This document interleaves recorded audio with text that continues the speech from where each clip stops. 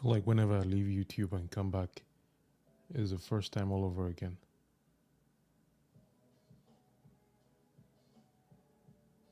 Not just YouTube, actually, just streaming in general. Look at that. All right. Let's get on with the plan. I'm going to put this here.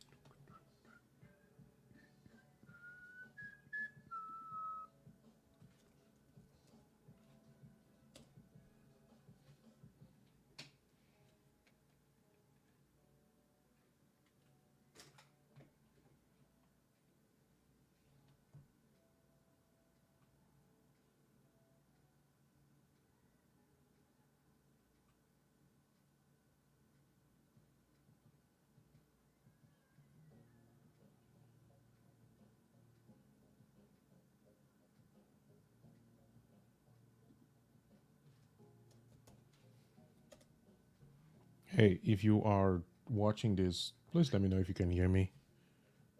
I think you should be able to. So to make sure that this is actually working. Oh yeah, I see. Well, I see myself, but I don't know if I'm there. Am I real? Is this real?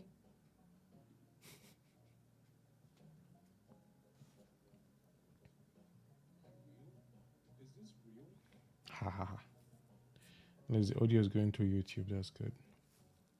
Cannot pin a chat or a live chat of viewers. Look at that. I lost another subscriber. There you go.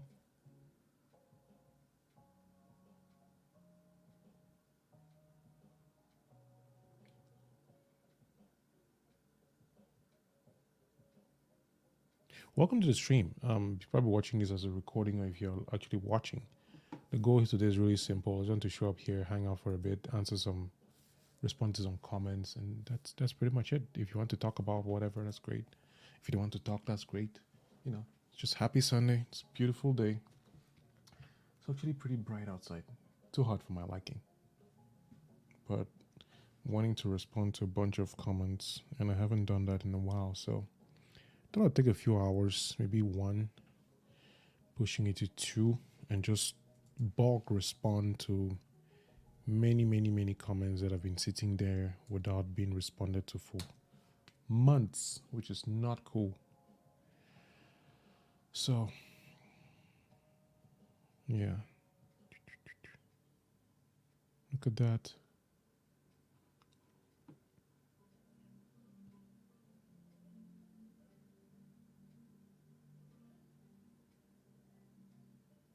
Right, so this is, okay, let's check Facebook to see if it's working on Facebook. Comments to some destinations. Oh, now I can see comments, but now I don't know where the comments are coming from. Okay. Welcome.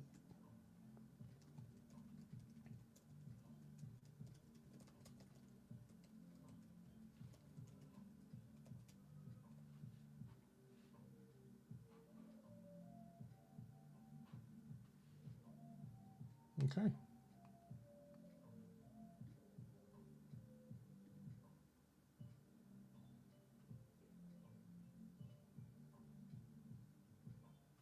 Okay, that works. All right, let's get to work.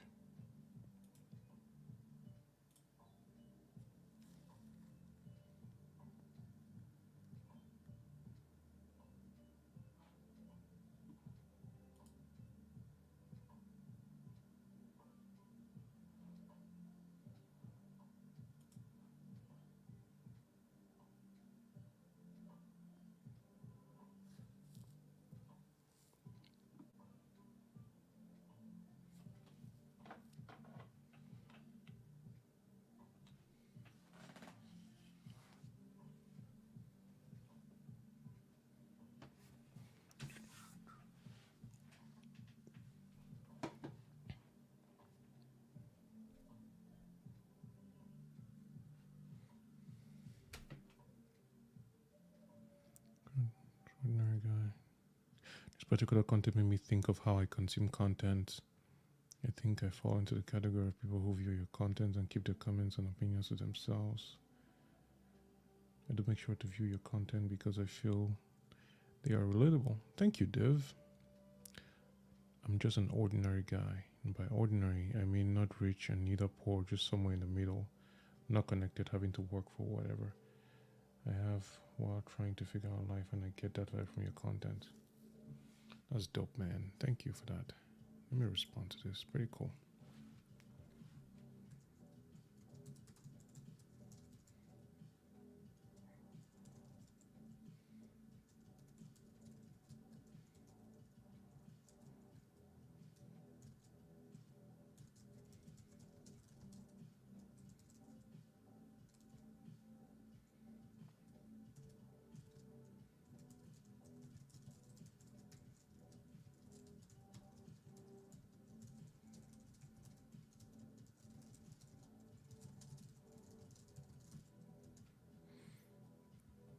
Hmm.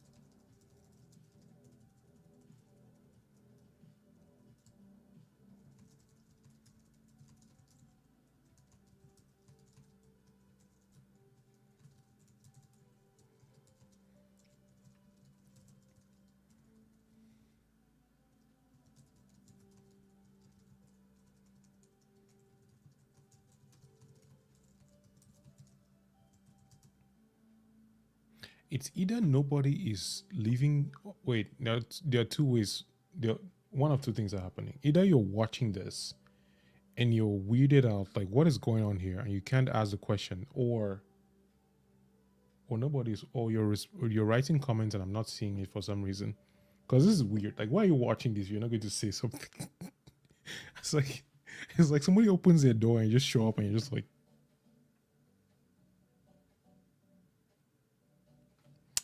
Anyway, I mean, the whole point of this was first of all sit here and just write comments. But hey, who knows? Maybe somebody is sleeping and they wake up at some point and respond. But yeah.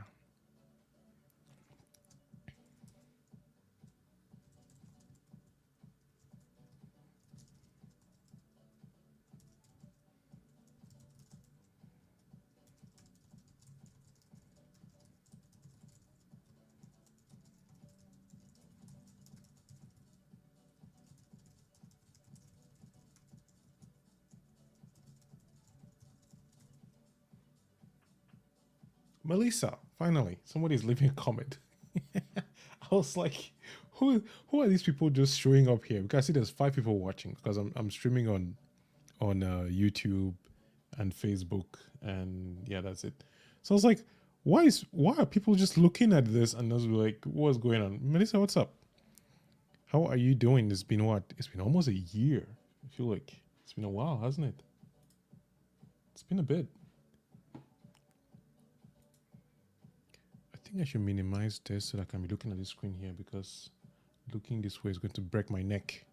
All right, let's put this here and put this here. Voila. Yes, looks much better.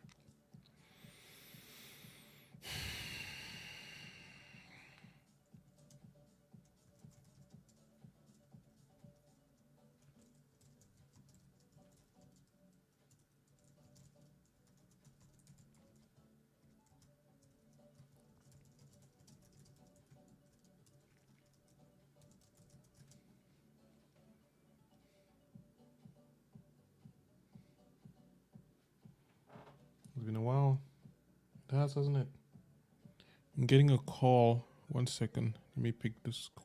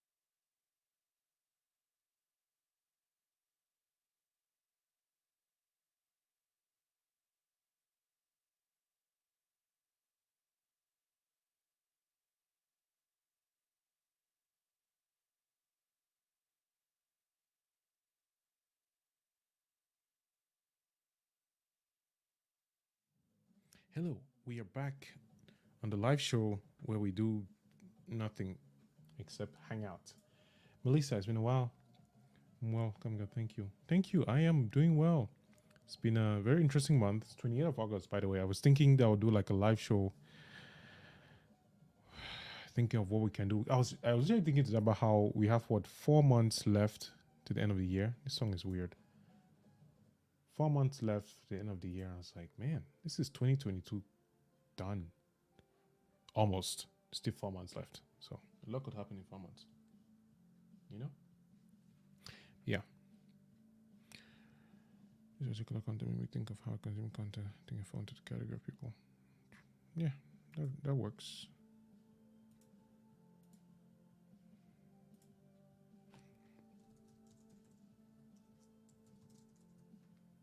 Hey, Oben, President, it's been a minute. Yeah, this is why I like streaming on my Facebook page, because I know that there are people who don't even know that I have a YouTube channel. I have a YouTube channel, by the way. Long time indeed. It's good to see you. How is the Sunday? It should be. I mean, I don't even know which part of the world you are right now, because I give you feed for don't travel. Actually, the globe trot around the world. Long time indeed.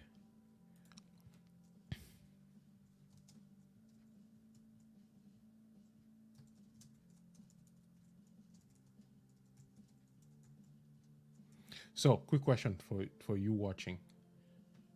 Quick question. Question is, what do you wish you knew 10 years ago? Like, what's something that you know now about yourself, about life, about work, whatever it is? What do you wish you knew 10 years ago?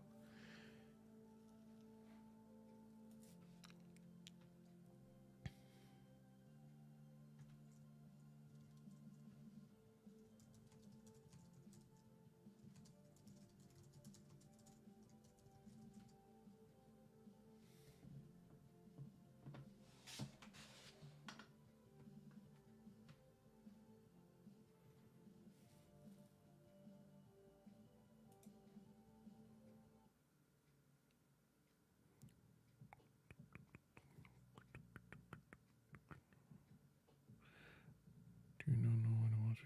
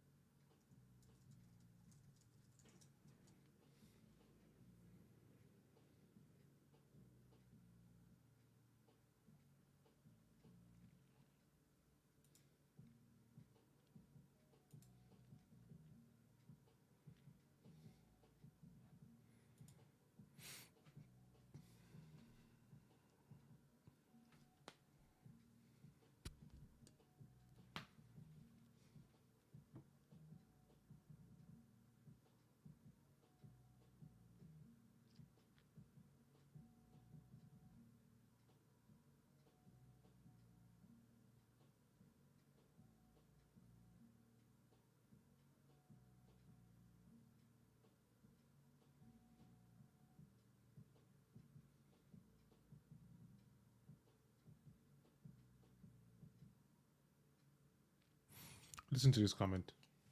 I actually like this comment from Ryan. That when I read it the first time, it got me thinking. I was like, I don't even know how I'm going to respond to this. Says, oh, hey, Owen. Good to see you too, bro. So I put up a video a couple of days ago on YouTube. The title was it was something around people don't care. Actually, I was very upset in that video, which is like my default because I think I've sanitized. What is wrong with this song? So I was upset in that video, and I said a lot of things in that video. I think you can still watch it. It's still available.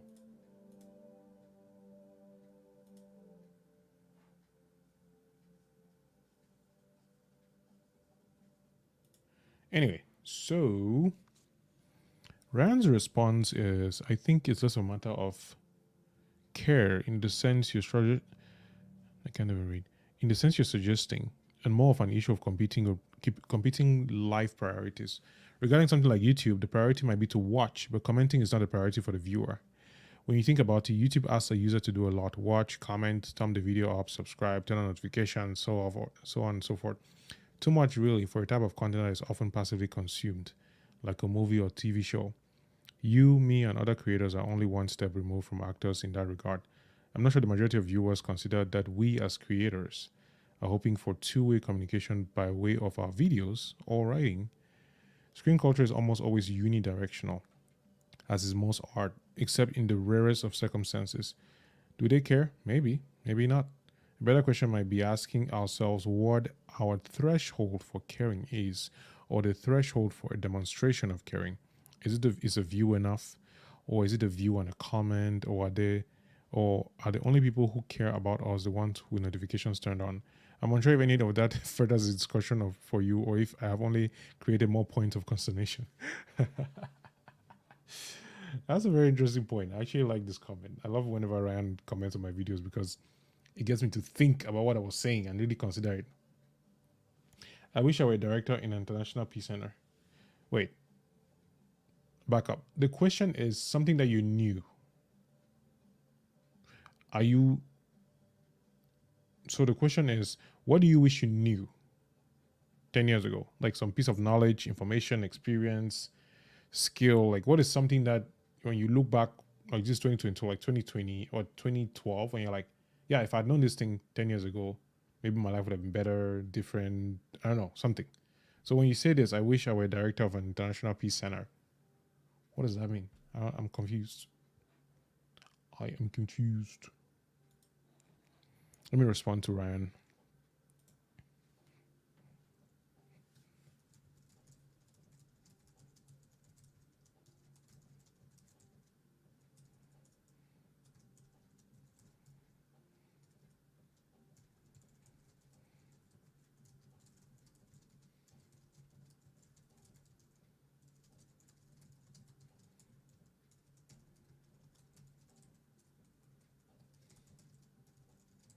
First off, no.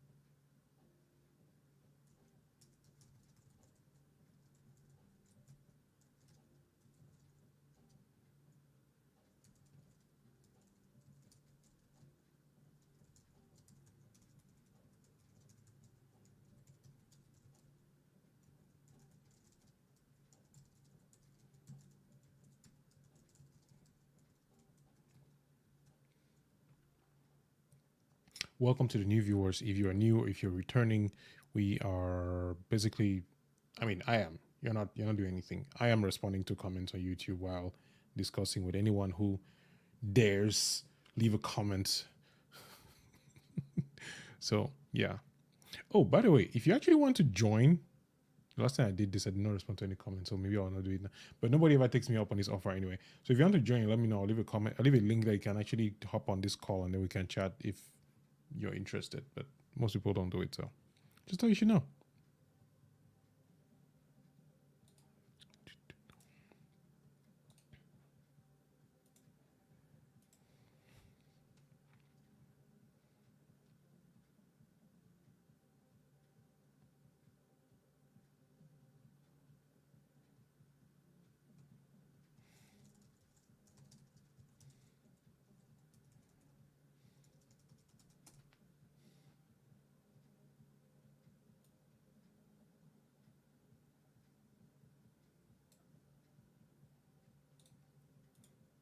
Oh, Ben, I'm still hoping to get a clarification of what you just, your take here. I'm curious what you meant by that.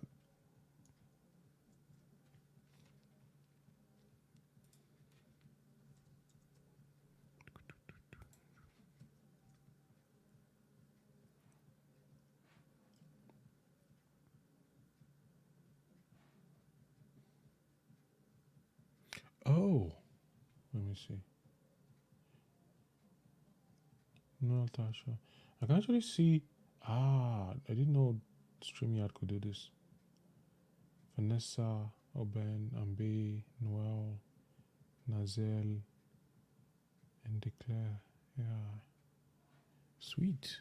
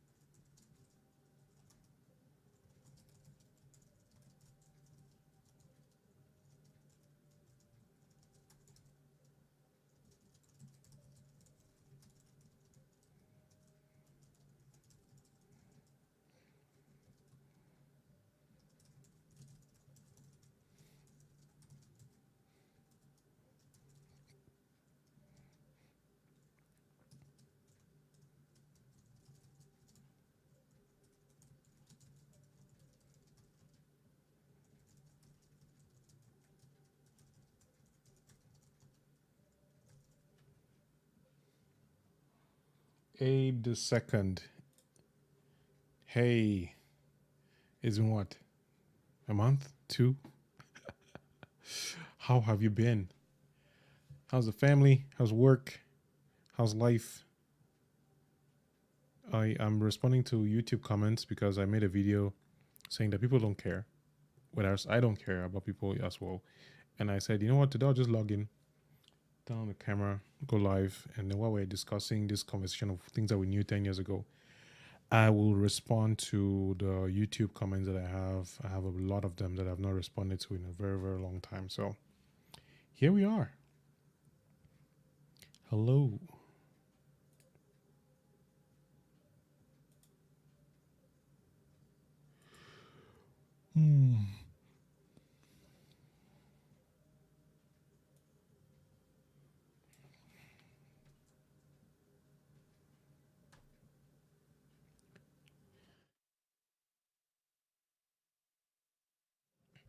At least I caught that.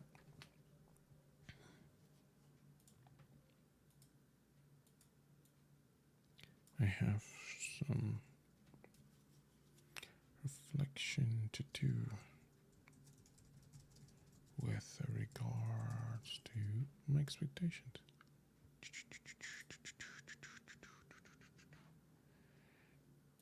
Everything is great. That is awesome. That is amazing. You know, over time, I've come to realize that sometimes I used to think that when, when things are great, everything would be great. But so life is not just so much about being happy all the time. It's about finding those moments inside the whole bag of everything that you have to do and just relish them. Oh, you saw the video? Yeah, I was very annoyed in that video, which is like I think that's my baseline. I'm mostly annoyed most of the time, I think, but annoyed in like a childish annoyed way. Like when a child is annoyed.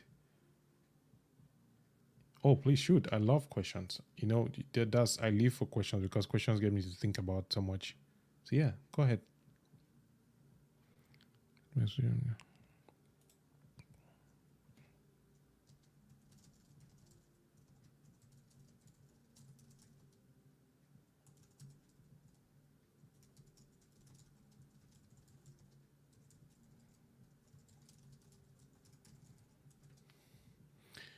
Please do go ahead, shoot the question. More than happy to share my take.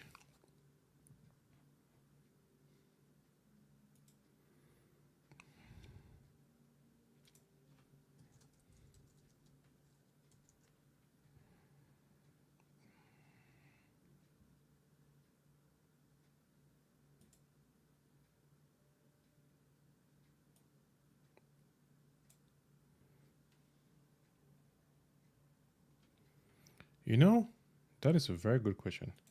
Would it be better if people had a negative response and not care? That's a very interesting question. If it's based on the video that I made, right? The quick answer that I have in my mind is yes. A negative response is better than not caring. But I want to put a caveat there because it's like saying that if the only way you care is by having a positive response, I don't agree. And I think the whole care thing, I was very blunt about it. A friend actually watched the video before I posted and was trying to tell me, hey, listen, you have to research this, define things, explain better because it's a little bit ambiguous and it can come off as ranting and stuff. And I was like, no, I need to put a video. I haven't put a video in a while. So I published a video because I really wanted to get a video out there. But I think there's a lot to say about the whole idea of care. And that's from the comments that I'm responding to right now. If you go to the video, there's some comments that really, like Ryan's comments, the one I'm responding to now, where he talks a lot about some people watch the videos and YouTube asks people to do a lot of things, like, comment, share, view, turn on notification, etc. It's like, how do you define what care is? So if you can clarify a little bit more, I'll be more than happy to share my take. But just taking your answer at the surface level, is it better for people to give a negative response than to care? Yes, because negative is relative.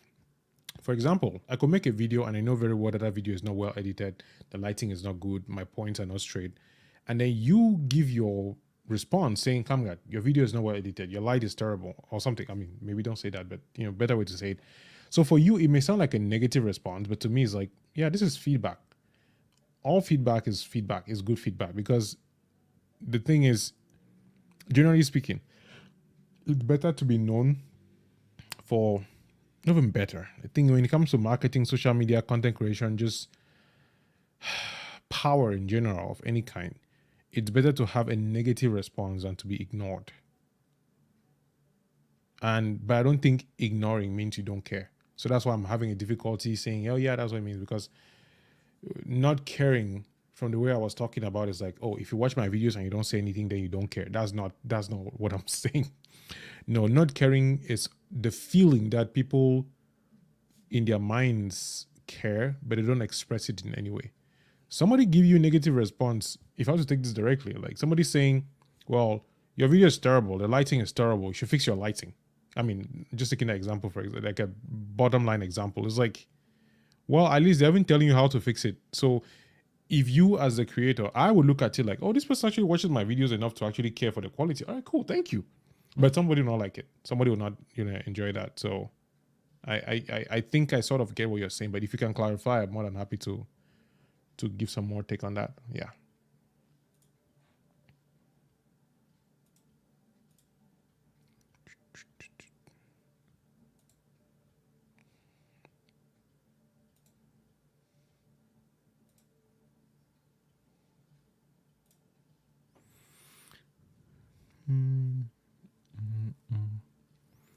Some reflection.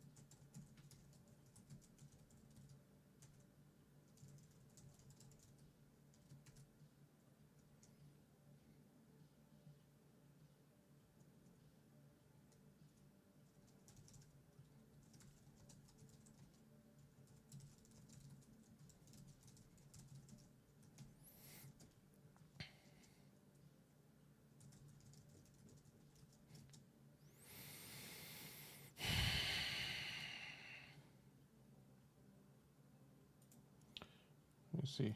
Yeah. I think it's better to ignore than give negative feedback. What do you mean? Because, oh, Victor, wisdom is in the building. I'm coming to your comment in a bit. So, Abe, based on what you said, right, what I'm trying to explain is let me take this. Let's just zoom into this YouTube channel thing that the reason why I made a video was because I had not been online for a while, and I had this feeling like, wait, nobody actually cares that I'm not even online. The truth is, I know that everybody is busy because I'm reading this comment here. And even in the video, I said it. Everybody is occupied with something in their life. Everybody's dealing with something, 100%. So I think it was like a tantrum/rant that I was just feeling like, you know what, I have to talk about this thing because I just want to talk about it. And I honestly did not care at that point whether people watch the video or not. And that's what I'm trying to get to now in my head. I'm trying to get to the place where I don't care whether people watch my videos. So it's a weird dichotomy. I care that they watch it, but I also don't care in the sense that once I'm done with the video, I need to move on to the next thing. So I do my duty, I do my job, which is to make a video, but I try to detach from the outcome of that. So I care that the video should be good enough for people to want to watch it, but I don't care so much that it stops me from actually making a video. It's a weird thing. I probably don't explain it clearly, but I think it's better to ignore and give negative. I don't agree entirely, because if I make a video, Abe, and in my head I've made the best video possible, and you, Abe, you come and tell me, come guy, I don't think this video was good. Here's why I don't think the video was good. Here's what I disagreed with. Here's what I think you could do better. Here's where I think you could have improved your content. That is negative feedback, is it not? But that negative feedback can actually help me improve as a creator. So unless you define what you mean by negative feedback, and then from there we can move on. Because for me, negative feedback is like feedback that I may not agree with. But if you don't, if everybody around me tells me only what I want to hear, then I never grow. So I need your feedback so I can improve myself and my content. So better give me the negative feedback than to ignore me. That's what I think. And Victor Wisdom, man, it's been what? It's been almost like, it feels like half a year since we spoke, Victor. So I wish I knew how to be more rebellious. Oh yeah? 10 years ago, what would you have done differently if you were more rebellious? Criticism versus constructive criticism is different. I think one is a subset of the other. But I agree, there's some people who just say things because they don't like you. I just think feedback is feedback. And so, yeah, if we want to get to this conversation, we have to define what those terms mean. Like what, because for me, so when I think of the word feedback, I think of it as a very neutral thing. Like you do something and something happens. Now, how that feedback is constructed, how it's perceived, now that can give some negativity or positivity or whatever. But if I make a video and I don't hear anything, ignoring, that's technically still feedback, but that doesn't help me. So if I say something that you don't like and then you ignore or you don't say anything, that's not helpful to me. The only thing that can help to me is like, oh yeah, nobody liked it. That's the only thing that I have. Nobody cared enough about this video to say something, which is not very helpful. Yeah. If it's constructive, it's not negative ultimately. Yes. The funny thing is I've seen so many creators and so many videos, so many people online who, I mean, it's crazy how the internet works. I think the internet is a microcosm of the world, but you can see all kinds of people. The people who, I saw a video recently, was this influencer person, and there was something about, I can't even talk about it because I don't even know how YouTube reacts to these things these days. But essentially, somebody was on their stream and made a comment, like a paragraph explaining why this influencer did not really understand their point of view because they were not like them. And this influencer went off on this person, insulted them, blocked them, and banned them, and said very, very mean things. And in my mind, I was like, but this person just made a comment about your content and explained where they were coming from. And then your reaction was to ban them and to shut them down. Like, what? So yeah,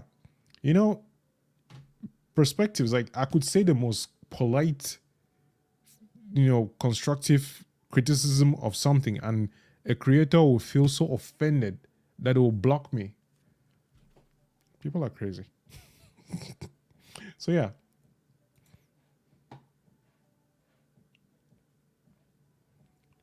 All right, that one is done. Let me see.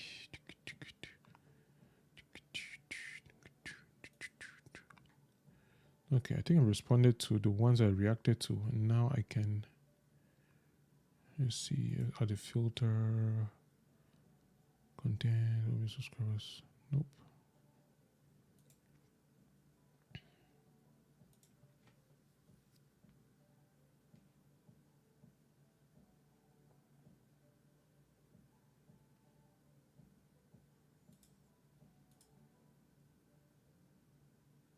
Response status. I haven't responded. Oh no no no.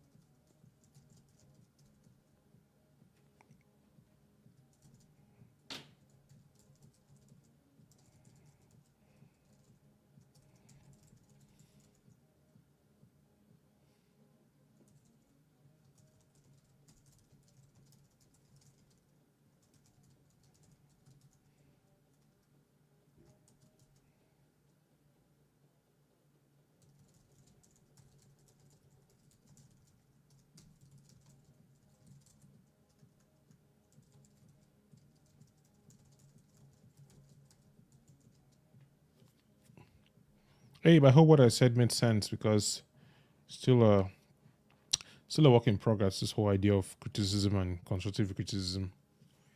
Yeah, it's really about the way you see things and how you take that information and work with. Because man, it was a time when I couldn't handle criticism. Even now, I say time like even now it really depends on how you say things and depending on what I think. Because I tend to ask questions like, if you're going to tell me something you don't like about something that I've done, be ready to answer questions because I want to get the full context of your feedback. You don't just say things because you can say them. If you're not willing to give me like context, then don't even bother. I'm never going to listen to you.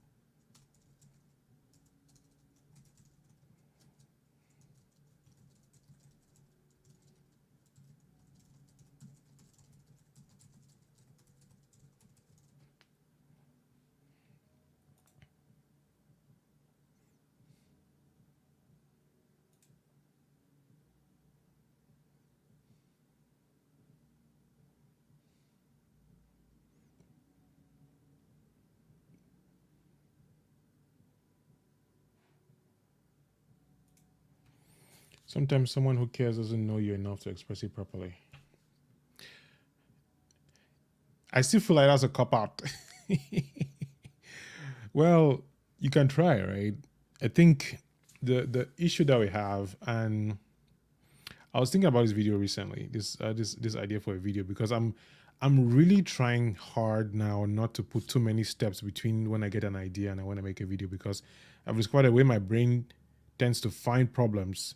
If I give it enough time, it would stop me from doing what I really need to do. But you're right that sometimes someone may not know how to tell you something. Someone may not know how to express themselves, how to communicate with you. And I do think that people communicate differently. And I think that we all, as human beings, have some baseline common denominators. For example, we like to be treated nicely. I want to assume that there's nobody out there who actually wants people to treat them badly. I mean, most normal people will not want people to be insulting, to be rude, to be like. I guess the bottom line is most people want people to be nice to them. Assuming. Some people don't. Some people like when people are rude to them. I'm not one of them. And I also think that you're not also one of them. So, but I think empathy, the ability to understand where somebody is coming from and communicate that you understand where they are coming from and then politely express your point of view is something that is a skill that can be learned. And I think that you can only learn by trying to do it and probably failing while you try to do it, and then discovering over the journey of trying and failing and learning and picking up the skill that, okay, here are some things that you can do. Here's a good time to talk to somebody. Here's a good way to express it. So I don't know. I think someone, when you say sometimes someone who cares doesn't know you enough, you would never really know anybody. Like, you don't even know okay, let me speak for myself. I don't think I know myself completely. Like, there are times when I do things and I ask myself, like, Kamga, why did you do that? Like, it doesn't make any sense what I just did or what I just said. Like, for example, there's one thing that I've been noticing about myself recently, where it's like, I would think about something while I'm having a conversation with somebody, and in my head, I'm like, okay, yeah, I shouldn't be telling this person this thing right now. And then I'll find myself telling them. And I asked myself later, like, why did I say that?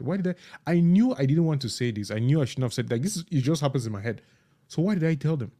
And I think about it. I've been getting better at just, holding that back.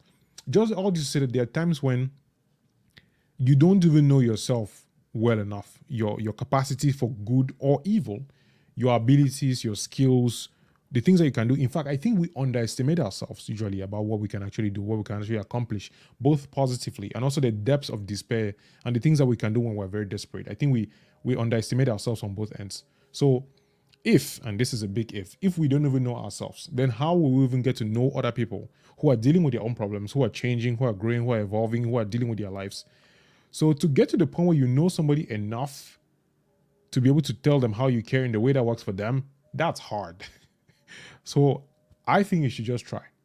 I think you should try to the best of your ability and then learn every time that when it doesn't work out. So you may not know somebody enough, but you are human enough to connect with them at a human level and express, like, for example, you may not know me. We probably would never meet. But you can say things that will make me think about what I said and how it affects you, and also paint a picture for me to understand. That's why, examples, context, those things are important for you to be able to, like, oh, yeah, that's... I may not understand your reality. I may never know where you were born, how you were raised, how you lived your life, what you went through. But you can give me enough examples and enough context for me to be like, you know what, Abe, I have no idea what it's like, but I think that's painful. And I have to respect that. So, yeah, you may not know how somebody, you may not know what, you may not know somebody enough to care, but you can still express it. You can still try. You can try. So, yeah. Hey, Divergence M. Welcome to the stream. I am responding to comments. And by the way, I saw your comment on the other channel. I have another channel, by the way. It's a reaction channel. It's a young channel. It's a young old channel because I haven't posted any videos there. And I was just thinking about the fact that, man, there's someone out there who's waiting for me to put videos on this channel. And I'm sitting here saying people don't care. But somebody like you cares. So thank you for the comment on that channel. If when you see the next video on the channel, know that it's a direct consequence of you leaving a comment saying that you're excited about these videos. You don't have no idea how much that is important to me, but thank you. So yeah. Abe, I hope my explanation was it made sense, because I recognize this because sometimes I feel like I'm not in a good place to give people advice or to say things because I don't know them enough, which is why I ask questions. And I want to understand the context. And sometimes I ask so many questions and people don't like it. I'm like, okay, I guess this is the kind of person who doesn't like questions. So now I know. But yeah, someone who cares, it's my experience, someone who cares will probably tell you things that you don't want to hear. In fact, you may shut down people who care and only find out when it's too late because you were not in a good place to hear. And I say you, I mean all of us, not just like you, Abe. Sometimes we're not ready to hear the things that we need to hear. And sometimes, I actually read this thing on Facebook a couple of moments ago. Sometimes you would hear the same thing from someone else, but because the messenger is different, now you understand the message. It's crazy how the mind works. We don't want to hear something from somebody specific. We want to hear from somebody else. Human beings are crazy. We are weird.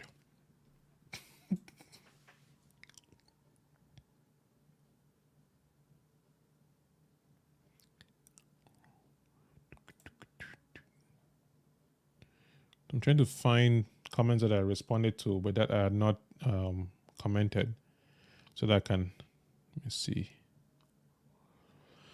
I wish YouTube could filter out the ones that have comments versus the ones that don't have comments if you haven't liked the video or something. Yeah. That's our ego.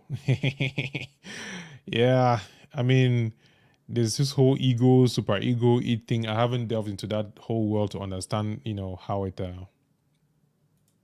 how that works. But man, there's so much about human nature that I'm willing to appreciate. And that's actually one of the things that I wish I knew 10 years ago. How complicated. It's like we're both complicated, like all these weird thoughts, and we're also very simple because we usually want the same things. We want the same things. For example, you hardly come across somebody who will tell you, I want to feel pain. Like, most people don't want to feel pain. And I say most people because there's always a subset of like 1%, 2% of human beings who would like, you know what, I want to feel pain. I enjoy pain, the sadomasochists, etc. So it's like most people don't want to feel pain. And by that, I can say most people want to have a painless life. So they want to have, happiness, joy, all those good emotions. Which means that if I can get you to feel less of that, you're much more likely to like me. If I can give you advice that reduces the threshold of pain in your life, you're much more likely to trust me.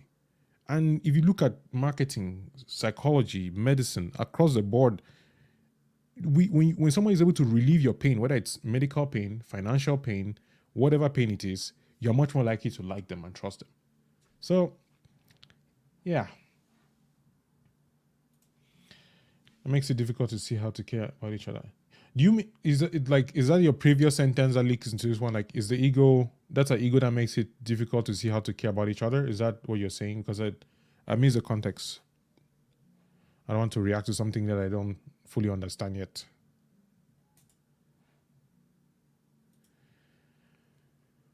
Okay.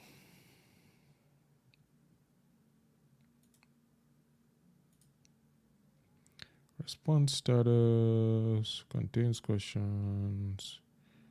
Public subscribers. Oh, okay. You say yes. So that's our ego that makes it difficult to see how to care about each other. I actually don't even know what to say, to be honest, because I think our ego even stops us from seeing how to care about ourselves. Like, we know exactly what we need to do, but we are so prideful and full of, we get stuck in our heads and we don't even do the things that we need to do for the rest of the body. So I don't know what to say to that, honestly. Yeah. What's this? Email? Oh, look at that. Oh, that was 2 months ago. I did not respond to that. I think I reacted to it. I did not respond to it. Okay. Public subscribers. I think I'm going to go with this first. I'll react to all of this. And then, yes, let's do that. Yeah. But if I were to ask you, so you think you can't kill the ego. I don't even understand the ego enough to make any such statements. But so if that's the case, then what do we do? Because the way I like to think about some of these issues is I like to think in a way that provides a solution. Because if I tell myself, we have egos and egos stop us from caring about each other, then that makes me stuck because now I'm like, oh, does it mean people don't care about each other and there's nothing anybody can do to make people care for each other? Because that's there's no exit out of that. There's no way to escape that. There's no outcome that is helpful to me. To think that people that I see or around me are just stuck and they don't care and that's it. That sucks. That sucks. I don't want to live in a world where people don't care about each other, But so yeah, I'm curious what your thoughts are. Like, how do we care for each other then? Because my take is that you can try, you can look at the things that we have in common as human beings. You can work on, improving your skills, caring more. I cannot use the word care to describe care. Communicating more, being more empathetic, increasing your knowledge, your knowledge and your experience, so that you can connect with people through different contexts. So I don't know. I'm just thinking of ideas, just thoughts and ideas. But yeah, what do you think?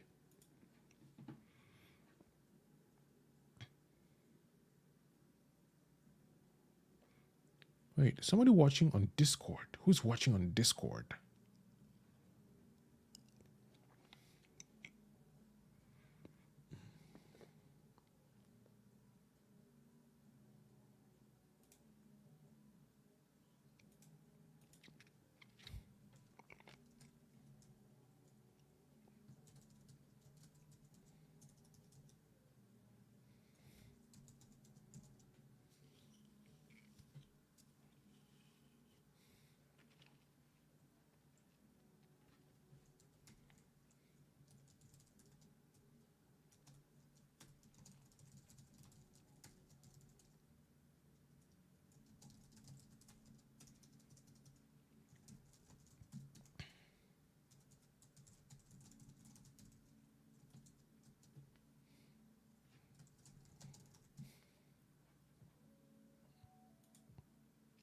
Oh, by the way, if you're watching this and you have a question that is not necessarily related to the topic, that's fine too.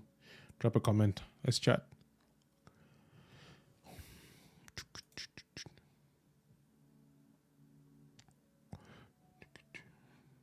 Yes, I like long comments. You see, you can care about each other by expressing how we feel, but not seeking to gain anything back from it. That's like that's an impossible task. It's like drinking water from a glass without wetting the glass. Because I mean, I think you're close enough to what needs to be done. I just find it difficult. I think all of us, to some degree, have expectations when we open up and share what we feel with people. We have this expectation that people are going to either understand, appreciate it, connect with us. So we have those expectations, and it's very difficult, almost impossible, to not have expectations. I think it's practice. I think that's why, Buddhist monks and priests and all these people who go to the woods and who isolate themselves are working towards getting to that state where you can just exist and do things without expecting things to come back to you. So yeah, that's a way to do it. I just think it's very difficult. Maybe it's not. I don't know. Maybe it's just me. Maybe I'm just weak.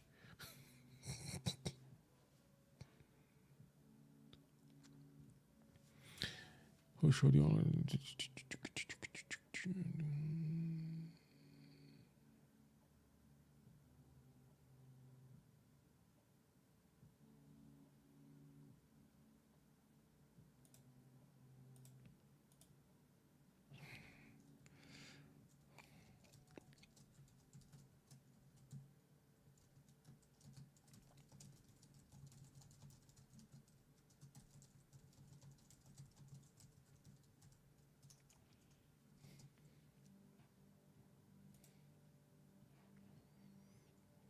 Liar, stormer.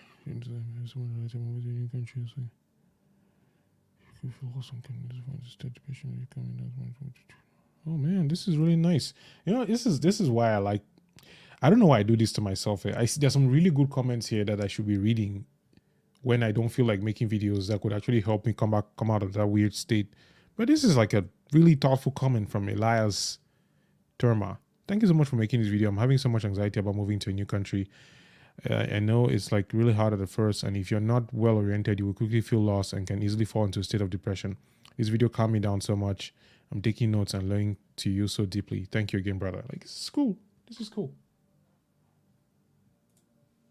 Hey, yo, and Knucklehead. I like that name. For some reason, it just makes me smile. I'm doing well. I have been off like YouTube, social media, not really intentionally, more like my day job has been getting pretty intense. I just finished working. I just want to study as I'm preparing for other certifications and then just not do anything else. But mostly laziness, to be honest. Mostly procrastination. And I don't want to say it's ADHD. I think it is, but I keep saying that I don't want to say it is because if I say it and it's real, bottom line is I'm okay. I'm fine. Just need to work on some things that are not very certain yet.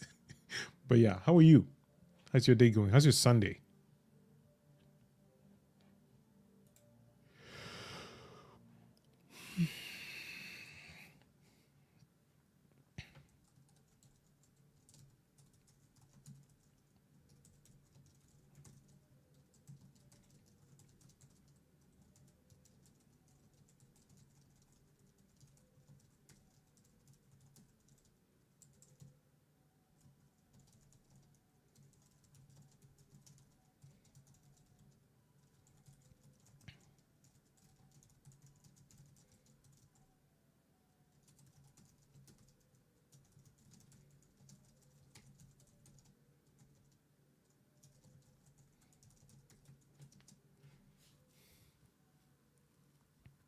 Oh, quick question, by the way. Abe, I don't know if you're around, Knucklehead and Divergence.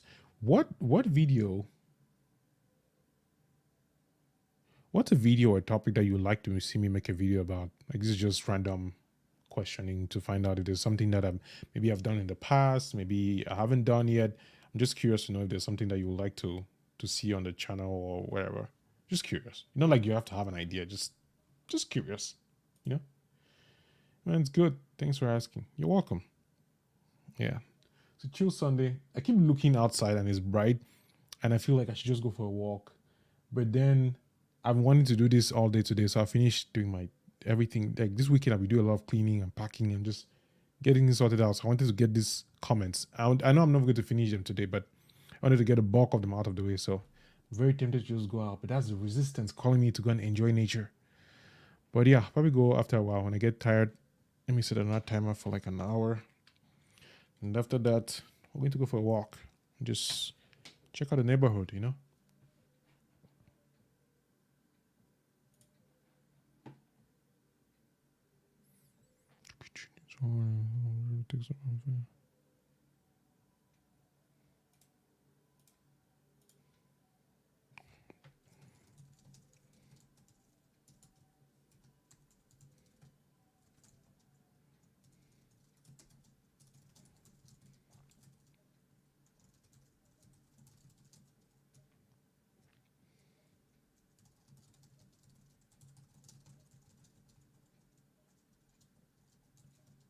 So any plans for who was watching? Any plans for what's the month? This is August ending September.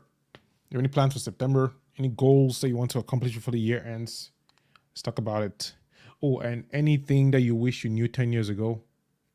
That's what I'm finding out with this live. Is there anything that you wish you knew 10 years ago?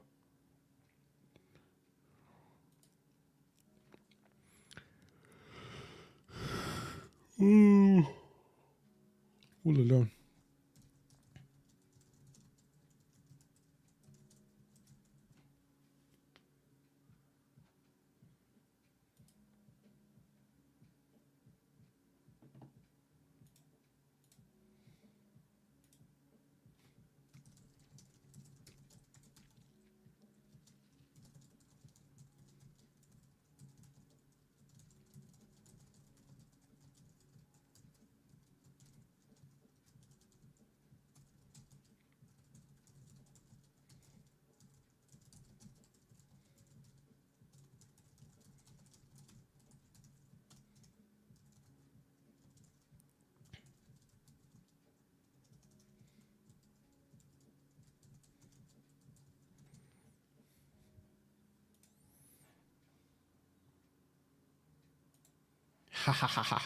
It's a hard question. You mean which one? The one about what you wish you knew 10 years ago, what the plan is for next month, or the plan or goals for the rest of the year? Which one is the hard one? I have a feeling it's a 10-year one, but I'm just trying to know.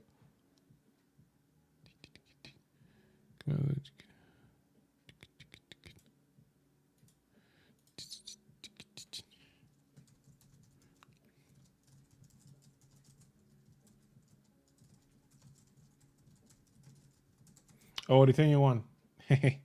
Yeah, it's I don't know how these questions are called. I think it's not paradigm shifts. No, they're like I think it's close enough to. There's one question by Peter Thiel. I found out one of the PayPal mafia people. So it was Peter Thiel, Elon Musk, a bunch of those people who founded PayPal mafia. They call them like a bunch of these people who broke out to then do all these other cool things. But Peter Thiel wrote this book called Zero to One, and one of the questions that he poses in the book, I don't know if it's a book or it was in a talk, but it's a question about how can you achieve your 10-year goals in 6 months. And the idea for the question is to be able to change the way you think. And the reason why I like this question is because, for one, it's not that difficult of a question if compared to that, in terms of like, what I wish I knew 10 years ago. Like, there are definitely things that you look now and you low key regret them. You low key wish, like, oh man, if I'd, for example, let me take a random one. If you knew, I don't know, cryptocurrency 10 years ago, you probably have invested in Bitcoin and then you might become a billionaire, and then maybe you don't have to work anymore. So that's like one low hanging fruit. Like, yeah, if I knew this thing. But I think the question really is about the way I like to think about the question, why it's bringing out is looking at your life the past decade and try to pick the lessons that you learned, things that you learned along the way that maybe now you know better, and you are probably grateful that you know these things now that maybe you didn't know them 10 years ago. So I don't think it's necessarily like specific things. It's more of like your own personal experience and stuff that you've experienced in your life that you think that, okay, if I actually was 10 years ago at this age, because for me, 10 years ago, I was 22. I was starting college for the third time. So if one, like, things that I wish I knew a lot, there was like, actually, I tend to procrastinate a lot. I wish I knew that, so that it will make me try to find other ways to deal with that. I think everybody does it, but for me, it's getting to a point where it bothers me because there are things that I want to accomplish and I need to get them done very, very fast. And I can no longer afford to slow things down like a week or 2 weeks and then do them whenever I feel like doing them. Case in point, this YouTube channel. Like, I need this channel to pick up. I need my other channel to pick up. And I find myself in a situation where the things that I do and the way that I think and the way my brain acts, I'm not able to get things done when I want to get them done. Especially in the areas where it's entirely reliant on me to do them.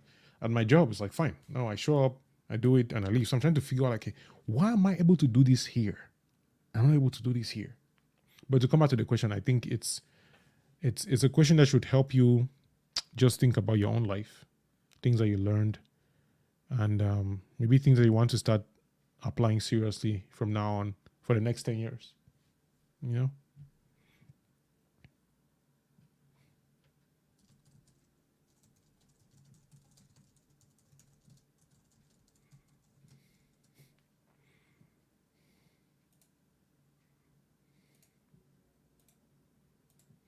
Damn, I didn't reply to this. This is what, 5 months ago. Why did I not reply to these comments? Nah. If I was subscribed to my channel, I'll probably leave. This is not fair to you guys. Seriously. Why? I mean, I know why, but that still doesn't make sense.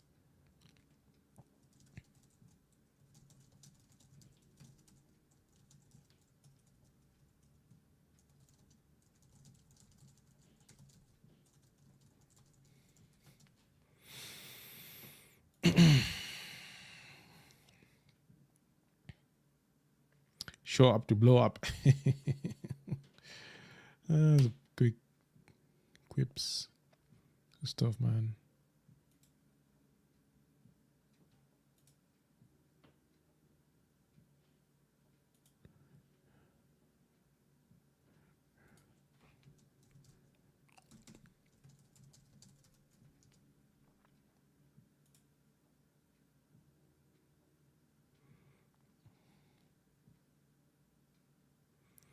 Some people make it too hard to show them love. Wish I could disagree with you, but I can't in good conscience.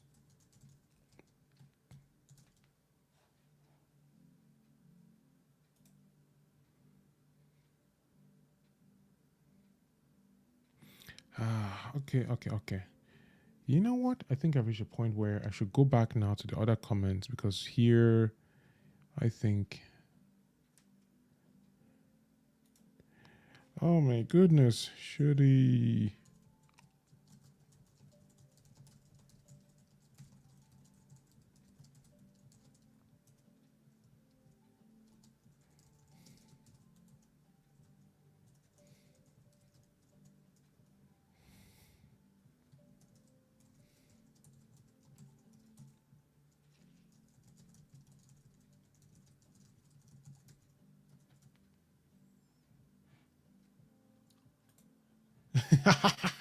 Still thinking. I don't know. It's like loading. I don't know if you've ever played okay, let me see what PlayStation 1. Was it 1 or 2 where we had to... No, I think it was 1. We had to swap like the CDs. I think it was a PlayStation, the first one, not PlayStation 1, not PS1. PlayStation where... How do they call that thing here? I've forgotten completely how it was called. Where basically you only had one original CD and you could not play like bootleg CD. So you had to use the original CD to basically trick the system to think it was an original CD. So you put the thing and you swap. And so sometimes when it will not work, you get stuck on the screen where it's loading. So whenever I see like still thinking, I'm just thinking of that loading screen where you're waiting, like you're not sure if it's going to show up and you're not sure it's going to go through. Yeah. And how time flies, doesn't it? I was talking to my dad the other day.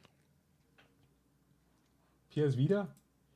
No, the Vita came on later on. The Vita had discs, but the Vita came on later on. Yeah, the Vita came around. What year was that? Let me Google that. PS Vita. PS Vita, what year? Let me see.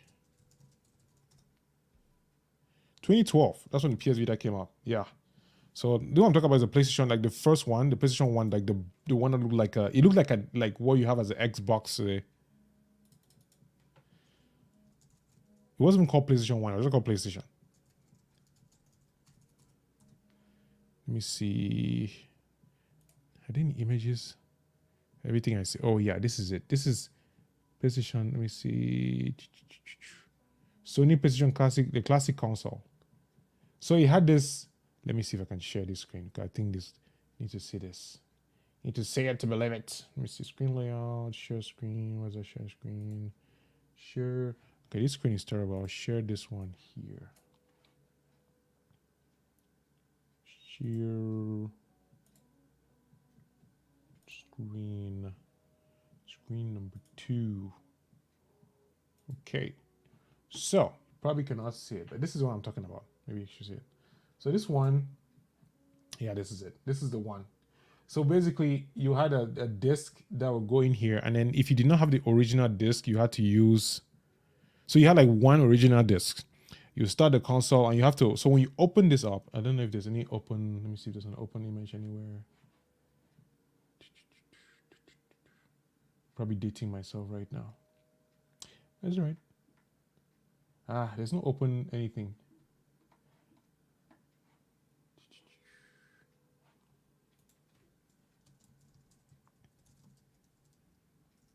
Classic.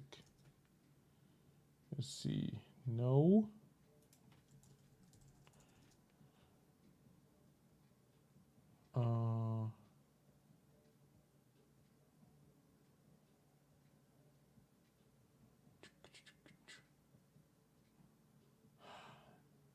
There's no image.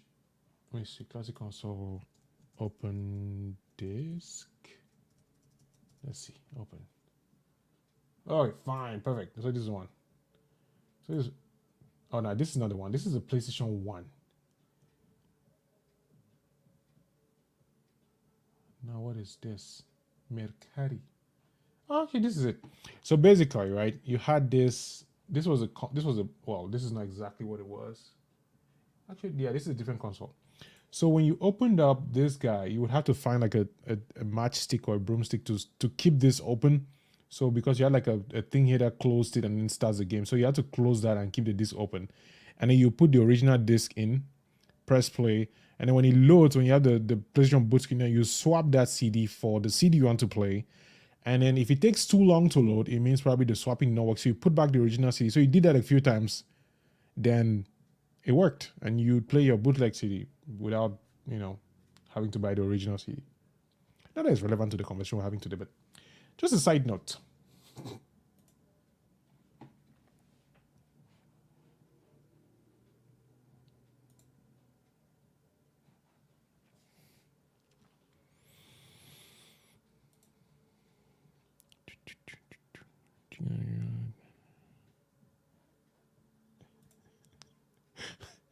No, go ahead. Sorry, it looks like your comment did not get through.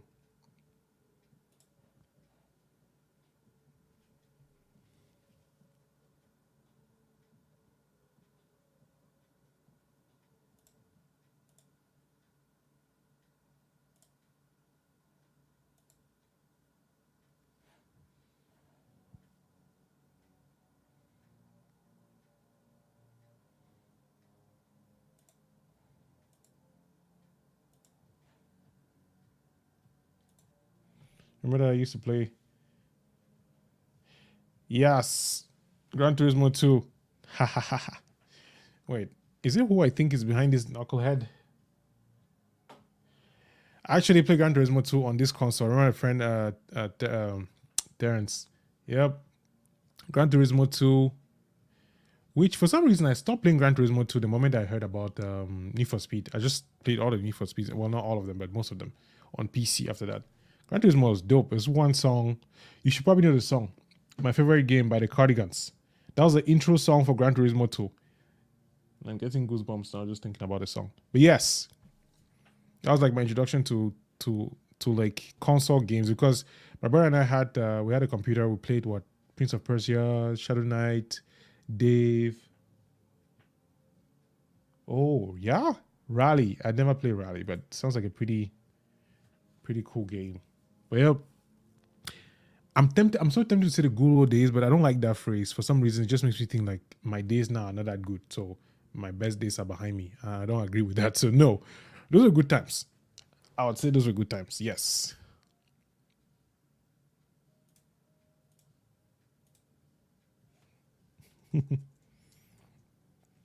Yeah. Now the games are so advanced. I was playing. I actually stopped playing. What's it called? Row Company.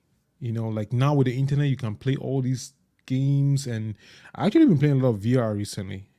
I play VR. I play Pistol Whip on VR, which is great. It's a great workout. Like by the time I've been playing Pistol Whip, I'm sweating, my back and my legs hurt, and I'm just like, what?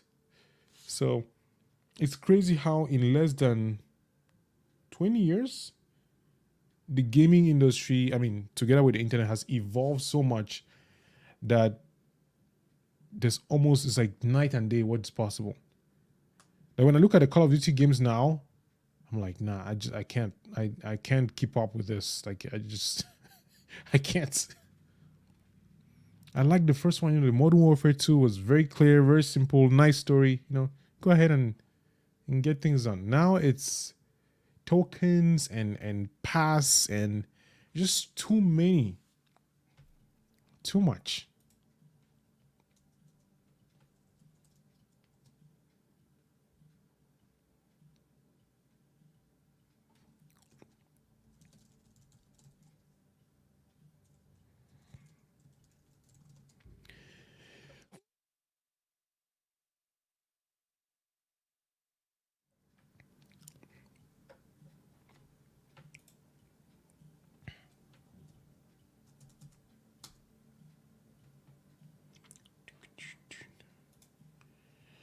If I play VR, I play Bar Fight Simulator. Oh, just the name of the game. I have a smaller space. I saw this game. It's called. Let me see if I can find it.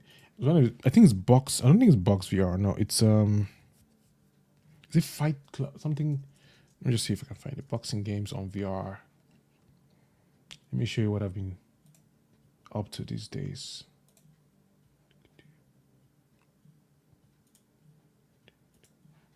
So let me see. It's called. I think it's Fight VR.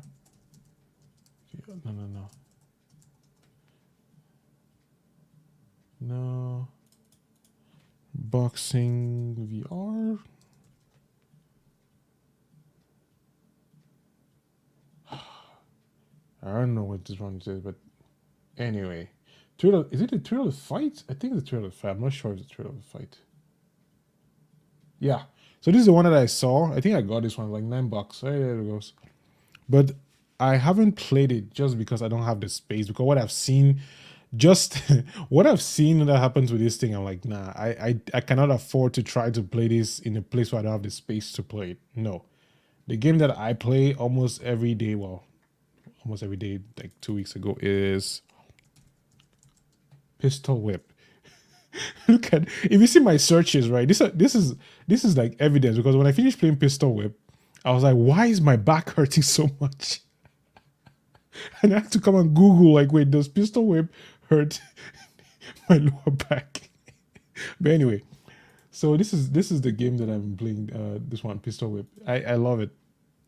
I like Pistol Whip. It's dope. Yeah. So you basically, let me just try to wait. There's no sound, so unfortunately, you cannot. I don't want to have to deal with any copyright, anything. So yeah, it's So yeah, that's. I don't know if you know the game, but basically, come on, guys. You know, I should just do my reactions like this. I'm trying too hard to film the thing. But anyway, so you have two guns and you have to like shoot things and dodge and punch, and yeah, it's I like the game. I've been thinking of actually streaming it at some point, but I don't want to go through the process of figuring out how to stream it. So I may or may not. And I'm leaning towards not. Yeah, so you shoot and you dodge and you punch and you lean left, right. It's a nice game. It's probably the only game that I play. There's that, and then there is Until You Fall, I think. Yeah, those are the two games that I play. Until You Fall, yeah. So this is the other one, yeah. Oh no, what's this? No, Steam. So yeah, Until You Fall is the other game that I play. It's not bad. You know? Yeah.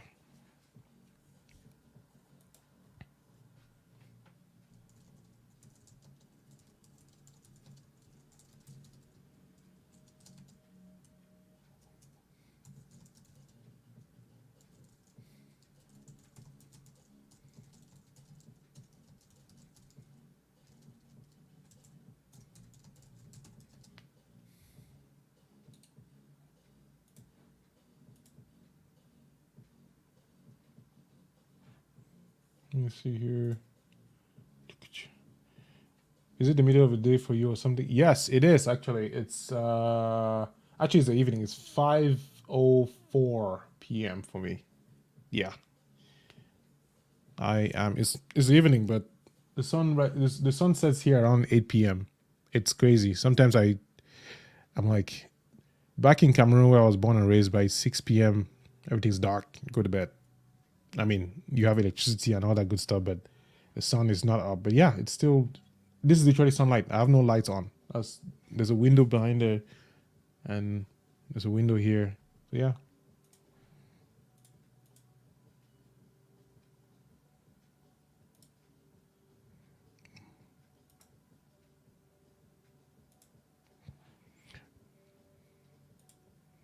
What about you? What time is it for you?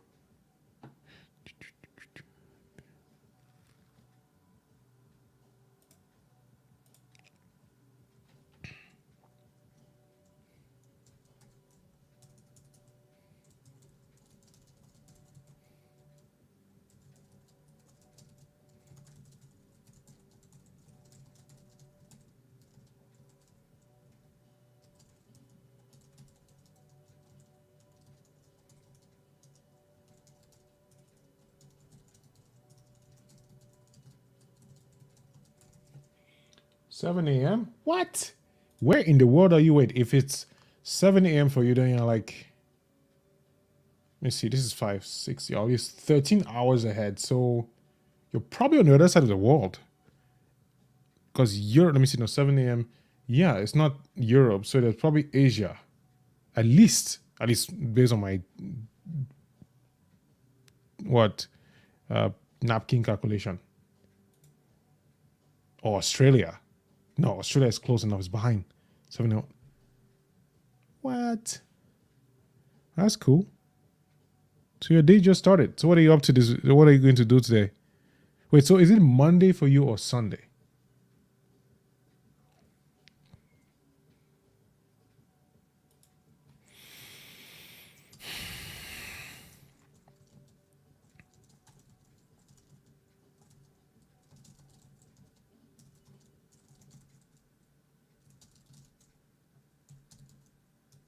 Monday. Wow, you're ahead by almost 12 hours. Nice. Actually, more than 12 hours, 14 hours because it's 5 and 7 for you. So 5 to 5 a.m. is 12 and then 2 more hours. Yeah. Oh, Australia. I was right. Yes. You see, at least I know some little geography.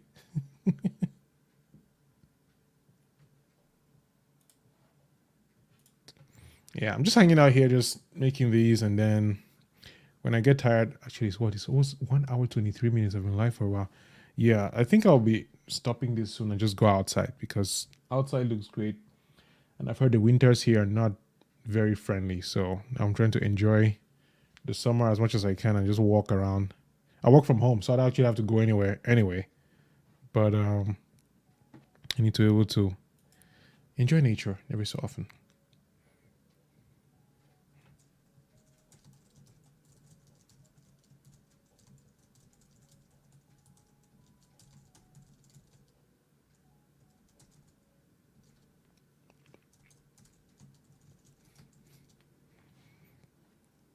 I see comments from 7 months ago that I have not responded. Why?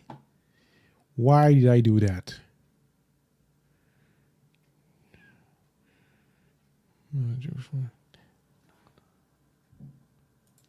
It's winter over here in Australia right now. Really? I mean, you're already ahead by 14 hours. So yeah, you'll probably be ahead by a few more months. That is crazy. I'm on the, look, so let me see. I'm on the East Coast in the US. So yeah. So definitely it would take some time for the West to get hit. I don't think it will all come at the same time, but yeah.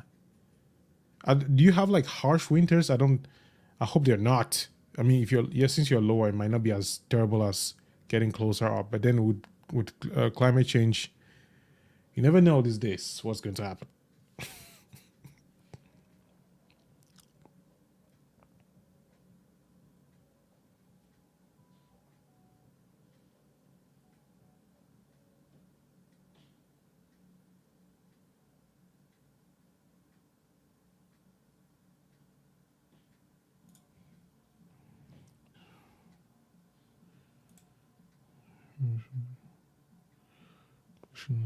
Oh man, this is an amazing. I need to share this because this is like the reason why I think I cannot. No matter how many times I go away from YouTube, I have to come back because people like Craig Anderson just make it worth it. So let me duplicate this. It's going to pull up the same one. I don't think it will. Come on, you can do it. You can do it. Nope, it's not doing it. All right, I guess we'll just move this to this and then share that. Don't get bad winters where I live on at the bottom of Australia because they get cold fronts from the Antarctica. Okay. I mean, I think that's a good thing because the cold can bite. So I want to share this comment because I think it's really cool and I will take some time to respond to it so I'm able to talk while I'm doing it. So let me just share this and read it out loud. Share the screen. So this is a comment right here. This is from Craig Anderson. Craig wrote this 7 months ago. And it's, so this video, Wasting My Life, it's one of my personal favorite videos. I like this video because I planned this video. I scripted it in a way, like not really script, but I put a lot of effort in this video and it came out really well. Like it's one of my best performing videos on the channel that is not like clickbait or trending or reaction or anything. It's like, it's a video that I made because I wanted to make it and it worked and people resonated with it. So Craig left this comment 7 months ago and then responded a month ago. So I have to respond to his response because I think it's pretty cool. So Craig says, turned 30 in October last year and I feel like an abject failure. Career is a total mess and I have limited options available to fix it. My English is getting done. I envisioned a different life, a different time, a different me. Jesus. Side note, I have contacts that I'm not wearing because I'm still learning how to wear them. So my glasses are not working very well. That's why I'm not seeing clearly. But so I envisioned a different me at this age. And instead I see a man who is tired, useless, and has almost nothing to give to improve the world or to make anyone happy. I get you, man. Life is hard, but we have to keep trying. As hard as it is, keep trying. So even with this feeling of like life is difficult, I don't know where I want to be, Craig was still hopeful. And that was 7 months ago. Now, 1 month ago, Craig says, update. I have finally begun to fix the problems that I had. I found a way to fix my career and I'm in the process of fixing it as we speak.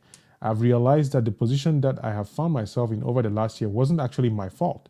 The workplace I was in before was a completely toxic environment and it didn't work for me. I didn't fit in there basically. My new job, I fit in so much better and I have managed to restore the love I've always had for my profession. Obviously, it was up to me to fix the issues I had. No one else was going to do it for me. And it took a while to find the correct ways to fix the problems. But I've done it. I almost gave up on this profession and now I'm so glad that I didn't. A little bit of belief, support, and basic human kindness goes a long way. I'm an English teacher, by the way.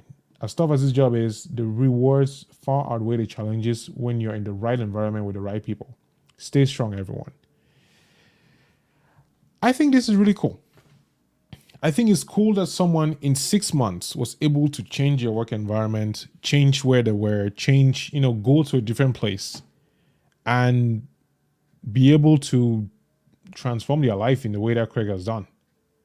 I think it's amazing. I feel like this is I want to say my story, but my life is literally moving from like, oh damn, this thing sucks, life sucks, to like, oh yeah, I was able to figure this thing out. Then next week, like, oh yeah, this is what last year, this time last year was like, this was October. No, this is August.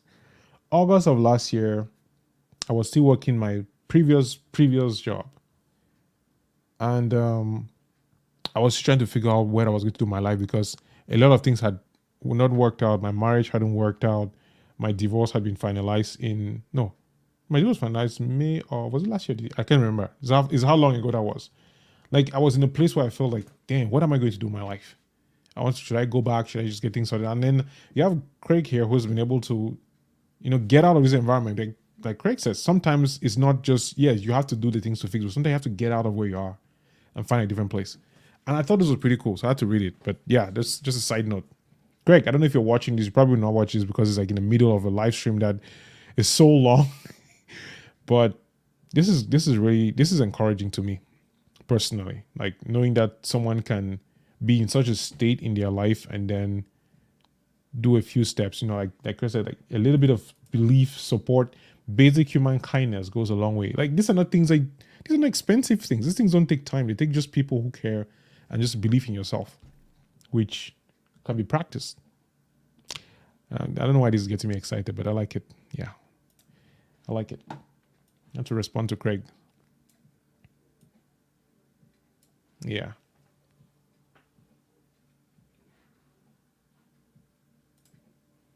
I've had a lot of times like that.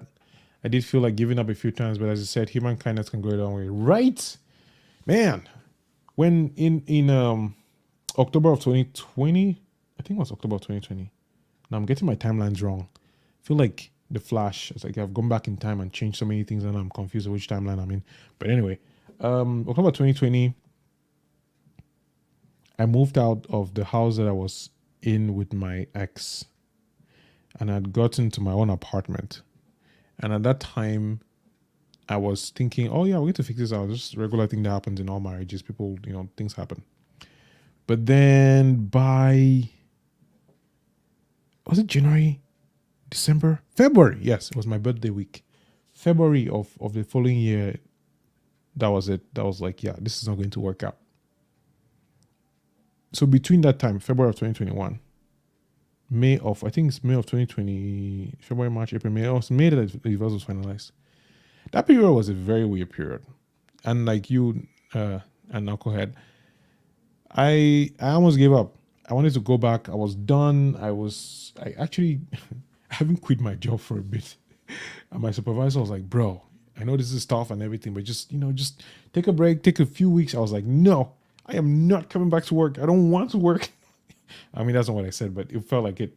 I'd lost it. I don't know why I was here anymore. And so anyway, fast forward to now, it's like that was a whole different life. That was a whole different person. It's weird how if you just hold on and, like people in your life who can just give you some words of encouragement, just be kind, even strangers, neighbors. I had a neighbor who was checking on me, like this older gentleman who would just reach out every so often, like, hey, and he used to botch my name. He couldn't pronounce my name, but at least I knew it wasn't coming from a place. It was like he was just trying to be nice. And I don't know a neighbor who would check on me, and all I have was phone calls because I don't have any family in the US. So, I mean, not in my state anyway. But yeah, it was tough. It was very tough. And without people like that, I don't know. Without people who just came out of nowhere without expecting anything, it would have been rough, man. Yeah. And I feel like it's just the beginning. Well, not just the beginning, but that's just life. Sometimes you're down, sometimes you're up, and you just have to find a way to bounce back. When you're up, remember that you can be down. When you're down, remember you can be up. So you don't feel too bad or you don't feel too happy. Try to just be in that, Zen stoic space of this is life, and you just do what you can do. Why is this car moving so slowly? It's like they're doing a drive-by. Nope. I'm having an accident on my own chair. That is the height of Ineptitude. Okay.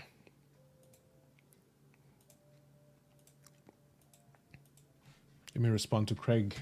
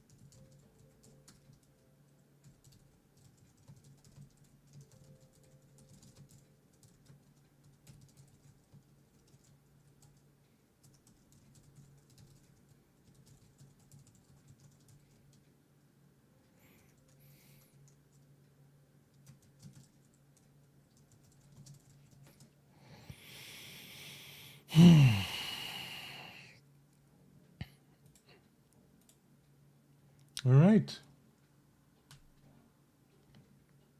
Yeah, I think I'm getting close to my limit. I feel like I have an organic live limit where I can afford to be like responding to people and just being online.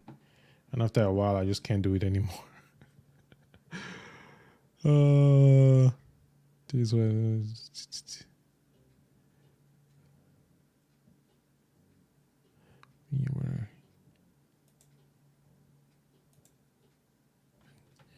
E-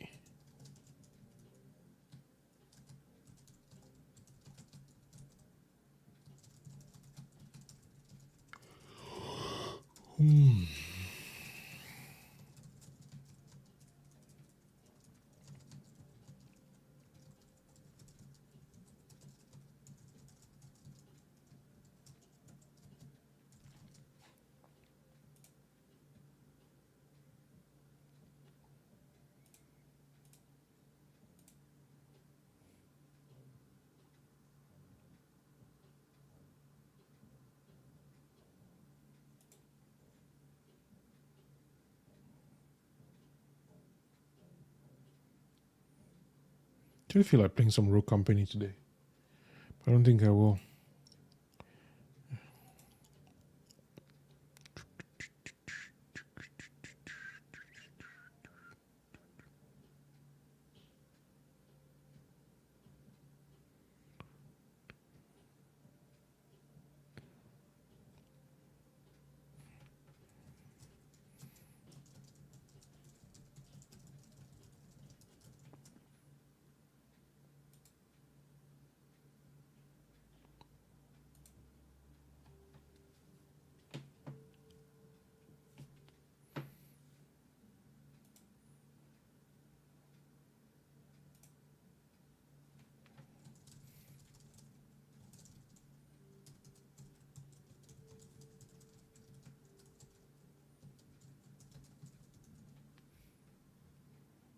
Oh, I see. Very spicy comment here. 4 years ago, I suffered from depression and was scared to ask for help. But one day, I just felt I should just stop. So I went out and got help. And after a year, I felt okay. It's amazing what support can do, man. So I have a friend. I have a couple of friends, people that I actually now actively go out to and then talk to when I feel like, okay, I'm going through this series of thoughts and this is weird and I don't know what to do. Like, okay, what do you think? And previously I had a hard time doing that because the people that I had around, or at least people that were closest to me, I couldn't trust that they were objective enough, or they weren't judging me, or they wouldn't use that information against me, because I'd had experiences where people knew things about me and then turned around and basically said things that hurt my feelings even more, and I felt worse for sharing them to them. I don't know if that makes sense, but having people around you can make a lot of difference, because even when you don't know what to do, even when you don't know who to talk to have the people who can make you feel like you're not crazy, or at least that they care and that they're worried about you, makes a very big difference in the way you even approach, the way you seek help, the way you think about things. Because I come from a culture where mental health is not exactly something that you talk about. It's not, you're not exactly encouraged to talk about how you're feeling about, I don't know, you feel an exam and you feel bad and you're like, you don't get to express yourself and talk about how you feel. I think, one, there's no vocabulary for it. The culture doesn't exactly encourage that kind of conversation. Two, there is a stigma that comes with expressing yourself because it means you're weak, especially as a man. You're supposed to just swallow these things and deal with them and just bottle them down. You're not allowed to feel bad. Or, like most people do, I think, and this is just anecdotal, people drink, they have multiple families out there, they do all kinds of crazy things because they cannot talk to anybody. Because society is not built in a way that people can truly understand, oh, there are these mental health issues that can be an issue. So for me, I've had the difficulty to express myself even at home. I don't think I'm the only one. In fact, the way I'm talking about it now, the people will be like, wow, you're actually very courageous to talk about it. I know that I'm not even saying anything. Like, I'm not even scratching 0.5% of the things that I think about this. But there are people who would see this as so much.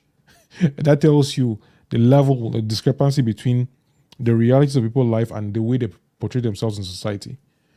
And so, you're right, Knucklehead, you're right about, what support can do. And it's the reason why I like to read so much is because where I come from, where I grew up and was raised, it was very difficult. And I think even now it's still very difficult to find people who are trained to be able to help you. It's difficult to even have family who understand enough about these things to even moderately provide support. It's very difficult. People go through hard times. They fail exams and they feel lost. They are confused about what to study in high school and there's nobody to talk to. They get their hearts broken and they can't even talk to their parents because they're like, why are you dating? And you get beaten, physically beaten, because you dated. And you don't even get to talk about your heartbreak because how dare you, like, what, you were dating? Now you have a heart, like, what? So it's crazy how much having people who can actually get you and just encourage you can make a difference in your life.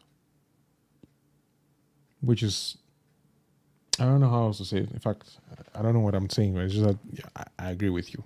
That's what I'm trying to say, that having support is great. Yeah.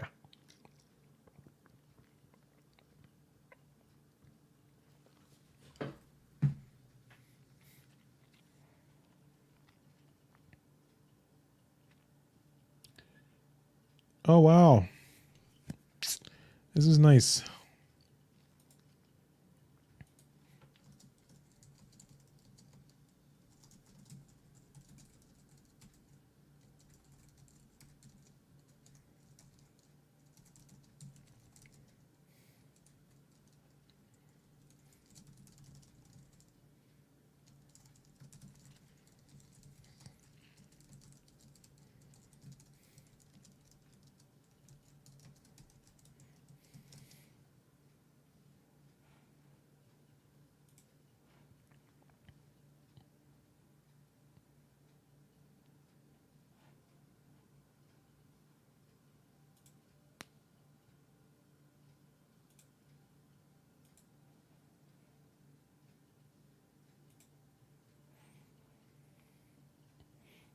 And Uncle, I think your message is not probably like one of those quick types where you just type and then.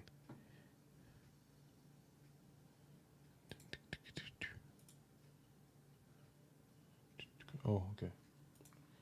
Well, man, it was nice talking to you. I have to go now and get ready, but have a good day. Thank you. Thank you very much, Knucklehead. I'm going to be here for a bit. I have my trusty timer here for 15 more minutes, and then I will log off and carry on my day. So it's good having you. Thank you for the questions and the throwback. Talked about PlayStation and everything. So who knows? Maybe one day I'll be playing.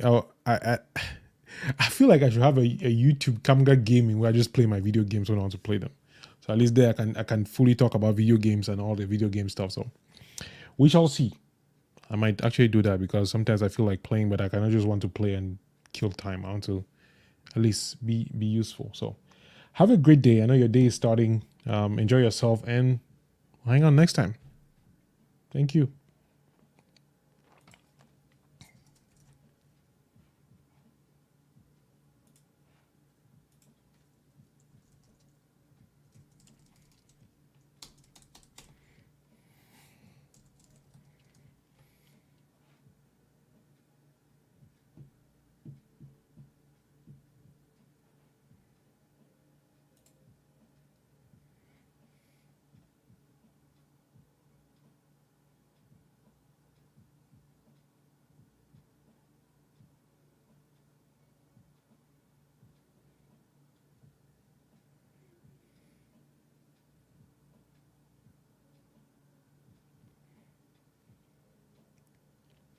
Okay, I think is that it? Nope. No.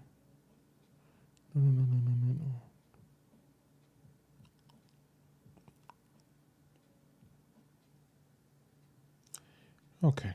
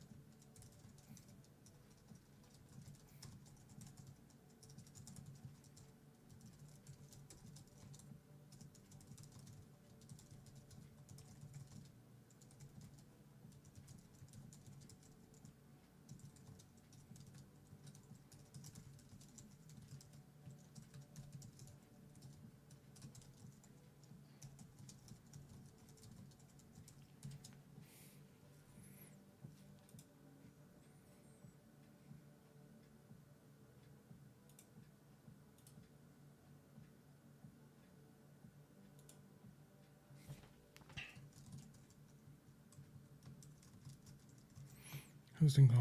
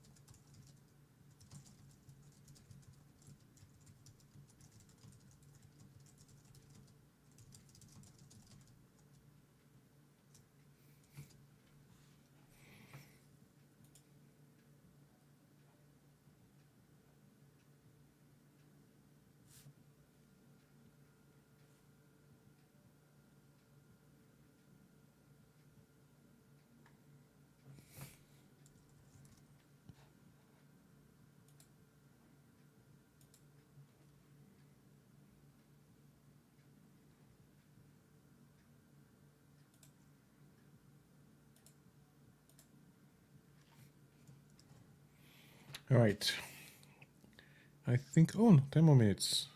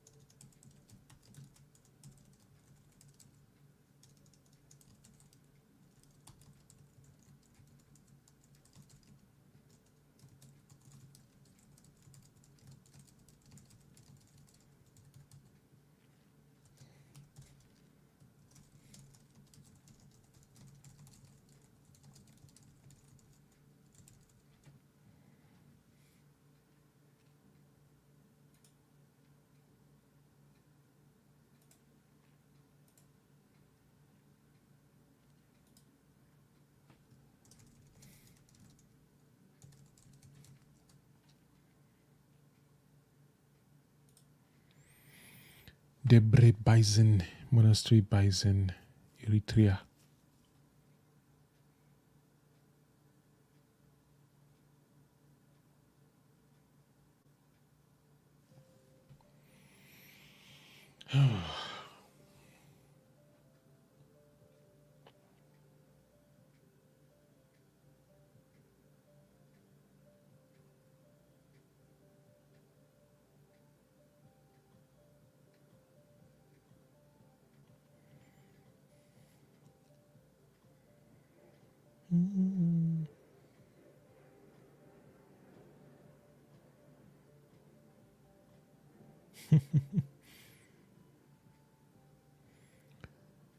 No one lies to me.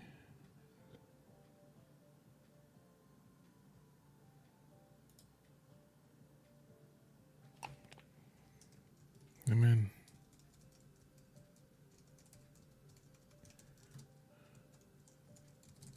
I think this is a lie.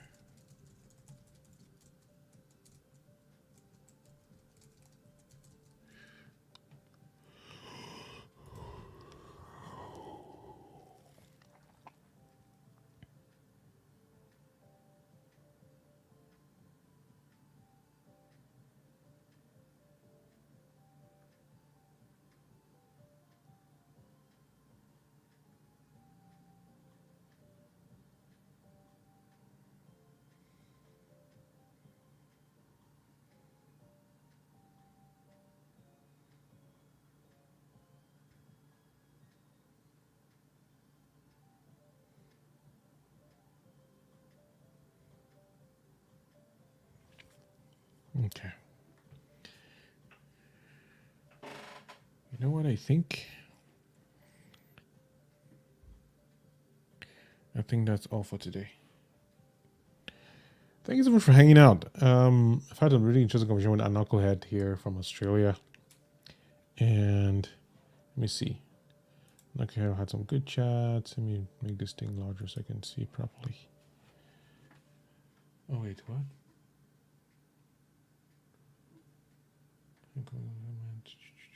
Melissa was here early a long time ago. That was when? Yeah, like 2 hours ago. So, yeah. Tuyo Ben was here as well. Abe asked some pretty interesting questions. And Victor jumped in and disappeared. You didn't answer my questions. Divergence jumped in and disappeared. You didn't answer my questions. But anyway, so, oh wait, maybe, let me check the YouTube thing. I hope YouTube did not censor some comments that were like regular comments that YouTube would censor because, well, why not? Huh? Nani? Let's see what happened here. Is there any censorship? Let me see. Nope. Oh, the messages went through. Yeah. All right. Thank you for hanging out. Thank you for being here. Thank you for watching. I will be seeing you the next time I stream.